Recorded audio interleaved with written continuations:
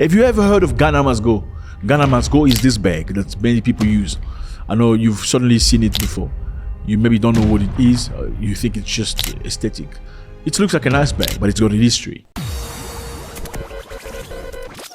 Are South Africans xenophobic? And here we're talking about black South Africans. We hear a lot of stories about black South Africans being accused of being xenophobic.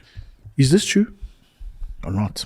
What do you think? Have you heard stories about South Africa? People saying South Africans are xenophobic. They don't like foreigners. They don't want you to come in the country. They want you expulsed. There is a story of a young woman, I think her name is Chidi, born in South Africa, of a Nigerian parents. I think her mom is South African, was representing South Africa as Miss World. She won the South African competition in South Africa, now representing South Africa in the world. And many people are not happy about that. Many South Africans. Is this xenophobia? Once again, are South Africans xenophobic? Don't they like foreigners? Some people say they prefer white people, white foreigners. They don't call them foreigners. They only call black people foreigners. And when they walk down the street asking people to go back to their countries, they mean black people who do not belong should go back to their countries so they can stay and work for white people who generally are foreigners. Some not. What do you think about that? South Africans have a feeling towards Zimbabweans. Zimbabweans are roaming around Deep Street as they please. So you only want Zimbabweans to leave, just Zimbabwe? Are you deaf? That is what we are saying, Chief. We want Zimbabweans to leave. That is what I'm saying. That is what I'm saying. They must leave. Black South Africans especially have feelings toward Nigerians. You are taking our jobs. You are selling us drugs. Now my question is, are they wrong about feeling the way they feel? Because some of them say Nigerians are doing drugs, human trafficking, illegal stuff, illegal documentation. They even say some Nigerians come to South Africa, they would marry a South African, sometimes offering a South African woman money for marriage, for papers. Meaning, I'm going to give you some money, I'm going to look after you. It's not a real marriage. I get papers from you, and that will allow me to do many things and travel as long as I pay you. And sometimes it becomes very difficult for these women. And sometimes they truly marry a woman, making her believe that they really love her. You know, we want to be in love, me and you. And she gives everything she has. Obviously, when you have a man and the man says you are persecuted in your country, you're going to try everything you can to make his stay better. And unfortunately, at some point, some of these guys, as soon as they get permanent residence or a South African passport, they will travel to a country that is visa-free for South African. Like Canada used to be visa-free. United Kingdom used to be visa-free. Ireland used to be visa-free, where you will go and then disappear and never go back. Leave the woman with children. Now South Africans are not happy about that. They want Nigerians to go back. They want Zimbabweans to go back. They want Mozambicans to get out of the countries. They want illegal immigrants not to stay. For all the Zimbabweans, including me, number one, I'm not going anywhere. I'm here to stay. Some people say South Africans don't want illegal immigrants. Some people say South Africans do not want immigrants. They just act like they don't want illegal immigrants, because how can you tell somebody's illegal or legal by just looking at their face? You can't. It's not possible. And why do South Africans not react the same way when it comes to Chinese, when it comes to Pakistanis, when it comes to other people, European white people that live freely sometimes in Cape Town? Lots of them trying to support the DA in many ways, illegally. Nobody questions them. Many people may say, do you think South Africans are xenophobic? Well, we've seen many years ago in 2008, incidents of xenophobia in South Africa, where many people were scared. Some people were unalived. In 2010, it was a repetition where many people came from some areas of South Africa, Durban, attacking foreigners. We've seen that in 2014. We've seen that numerous times, and usually just before the election. Now, does this make South Africans xenophobic? Let's find out. Now, my other question is, if South Africans are xenophobic, are they the only people to be xenophobic in Africa? Well, we have news for you. In 1983, in Nigeria, the Nigerian chased Ghanaians, asked them to go back to their country. Millions of Ghanaians were scattered around Lagos and many other places. They were forcefully removed from Nigeria. They asked them to leave. It began in the early month of 1983 when Shehu Shagari, the Nigerian president at the time, ordered a tragic expulsion of several citizens of ECOWAS, So he said people from ECOWAS must leave Nigeria at the time. Many of them had entered Nigeria as economic migrants during the 1970s without official immigration documents. A lot of Ghanaians in that time worked in different industries. Some worked as laborers, some as traders, artisans, some as teachers, architects, lawyers, and doctors. So many Ghanaians lived in Nigeria. There were so many Ghanaians living in Nigeria that some people say that every family in Ghana had a relative working in Nigeria. That's how bad it was.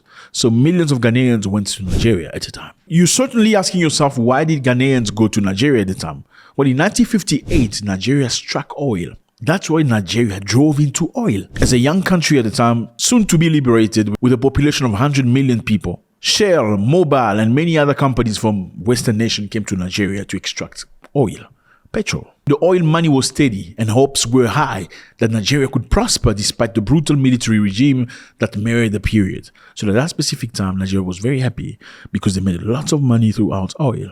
And because of that, the economic of some countries were not very steady, and many people from neighboring countries went to Nigeria to go look for opportunities. Many worked as laborers, as craftsmen, and many different sectors. They were trying to get a living out of Nigeria. But then unfortunately, all that stopped. The economic growth of Nigeria suddenly stopped. It was, however, short-lived due to oil price plummeting in 1984, therefore causing a social economic disaster in Nigeria. So at that specific time, it became very difficult. Obviously, the price of oil plummeted, it went down. So they couldn't sell as much oil and get as much money as they used to. Because the more money there is, you can share it with most people, with everybody. The Nigerians and the people from neighboring countries that came looking for jobs. Everybody could be fine. However, when the price went down, they couldn't continue doing that. Then the Nigerians started feeling it in the economy. Most of the jobs the Ghanaians did, most Nigerians did not want to do at the time. Just like South Africans do. The jobs that Ghanaians did in Nigeria at the time, Nigerians did not want to do those jobs.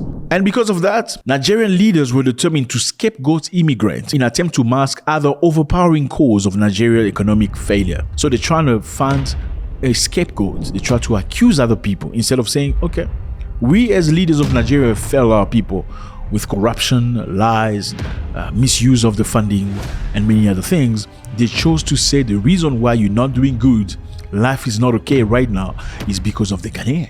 It's because of all these people coming from ECOWAS. And then the president at the time gave them 2 weeks to leave the country. The immigrants were given 2 weeks to leave Nigeria, or else they will be arrested. We ask them to leave within 2 weeks. If they don't leave, they should be arrested and tried. Leading to exodus of over 2 million migrants from neighboring countries. And in the process of this displacement, Nigerian police physically armed immigrants, beating and gassing them in the hope that they will depart immediately. So they were given 2 weeks. But before 2 weeks arrived, the police started beating people up and gassing them, hoping they were going to leave immediately. This happened in Nigeria. Many of who departed Nigeria were, however, denied entry in other countries, such as Benin Republic, which were also reluctant to deal with influx of migrants. So people left Nigeria, going to other countries. Some people trying to enter Benin Republic. The Benin Republic refused to let them in because they were scared to have migrants. So Nigeria chased people. People are trying to go. The other countries refuse to accept those people. Some people drowned because they used boats trying to escape Nigeria. Some people were unalive during that time. Some Ghanaians were lucky enough, they got to fly in an aeroplane that Ghana sent at the time to get Ghanaians back in the country. And that is where you hear, Ghana must go. Ghana must go is that bag, you know that big bag. Have you ever heard of Ghana must go? Ghana must go is this bag that many people use. I know you've certainly seen it before. You maybe don't know what it is. You think it's just aesthetic. It looks like a nice bag, but it's got a history. Now, it was called Ghana must go because at the time, people had no bags to carry their stuff. So they used this bag to put their stuff to leave Nigeria at the time. So they call it Ghana must go. That's when Nigeria chased Ghanaians, mostly Ghanaians, and many other people, but mostly Ghanaians from the country because there was not enough resources for everybody. Was that xenophobia or not? Tell me. Was that xenophobia or not? You will say it's xenophobia. When you refuse, you don't want foreigners in your country. You push them out. Now, how is that different from what South Africans are trying to do with Zimbabweans and Nigerians? Are we complaining because this is happening in 2024 and that's happening in 1980s before? Or maybe if we have to complain, but Remember, there's a difference here. Nigeria got independence many, many years ago. Some of these countries got independence in the 1960s. South Africa only got independence in 1994. So maybe people are reacting today in 2024 the way Nigerians reacted many, many years ago after independence. Maybe now South Africans are realizing the good things that they have in their country. Just like Nigerians did at the time they discovered oil and people came to their countries. So why did they chase Ghanaians? They said to Ghanaians, leave our country. Why? Because we have oil. It's not yours. Let us profit from our oil. Resources are very scarce right now. You need to leave. Fellas, I think it's very necessary that we act in a very fair manner. I do not agree with Africans chasing other Africans. I don't agree with that. But I think we need to be fair. We need to look at history and understand. Before Nigeria chased Ghanaians, Ghanaians chased Nigeria. Oh, you didn't see that coming? Yes. Ghanaians chased Nigerians before. Before that, Nigerians stayed in Ghana. Many Nigerians came. And at the time, Ghana was the world's largest cocoa producer in the 1960s. In 1966, coup which ousted independent leader Kwame Nkrumah. So when Ghana was doing great, Nigerians came to Ghana. So Ghana also kicked out Nigerians. Go back to your country. Many years later, Ghanaians went to Nigeria when Nigeria was flooding with oil, so much money and abundance. Then they said, you know what? Things are not doing great by us right now. It's because of the Ghanaians. They must leave. Many Ghanaians return to their countries in the millions. Well, right now we're seeing South Africans acting in a way I would think it's interestingly similar to the way other Africans acted in the past. Now, should we blame them for that? Can we say Africans are just xenophobic? It's not a title you give to a specific nation. Africans are xenophobic when their country is doing good. Can we say that? Because when Ghana was doing good with cocoa, they kicked out Nigerians. When Nigeria was doing good with oil and Ghanaians came to fund money and employment, they kicked out Ghanaians. Well, now South Africa is doing good. Yeah, it's a country that was led by white people for a long time. And you can see the marks of that. We need to acknowledge that. You on my mind a lot. Don't need no time watch. I don't know how I got you in my pocket spot. Yeah, that's babe. Need you every day. You like my oxygen. Make it seem like the barging down. Got my heart no barging in. From the bed to the floor to the couch. Might wait. And they're doing okay right now. They are kicking out Zimbabweans and Mozambicans. Can we say Africans are just xenophobic by nature when their country is doing good? And they're not xenophobic when their country is not doing so good. Because when you have nothing to offer really, or very little to offer, you don't mind. Okay, neighbor, come, let's be friends. But once you have things to offer, you don't want to share with other people. In South Africa, usually, if you see any sort of xenophobic attacks or reactions, generally just before elections. Okay, just before the elections, you see a lot of xenophobic incidents and stuff. Why? Because politicians will say, the reason why you guys are suffering is not because we're mismanaging the money. It's because of the foreigners. There are too many foreigners. They are taking your jobs. You don't have a job. You're unemployed because of the foreigners. They are the one taking opportunities. We need to kick them out. And obviously, when you hear a politician that you respect say something along those lines, how do you feel? He's right. So let me go beat on the foreigner because he's the reason why my grandmother's not getting enough money. Let me go do something to him. Now, there's similarity. Because this is the same thing the politicians in Nigeria said about Ghanaians. They said the reason why resources are not enough for you people, it's because of all these Ghanaians and all these ECOWAS people. What is the difference? Let me know how you feel about this. I think it's a great pleasure. It's very interesting. And again, I'm very much against people hurting each other because of their nationalities. I'm very much against people mistreating other people because they come from other places. I do not believe every Nigerian is a criminal. I do not believe every Nigerian is a drug dealer, even though there is a great number of them that do that. I don't think every single Nigerian you meet in the street is that kind of person. Unfortunately, they are victims. I don't believe every South African is xenophobic.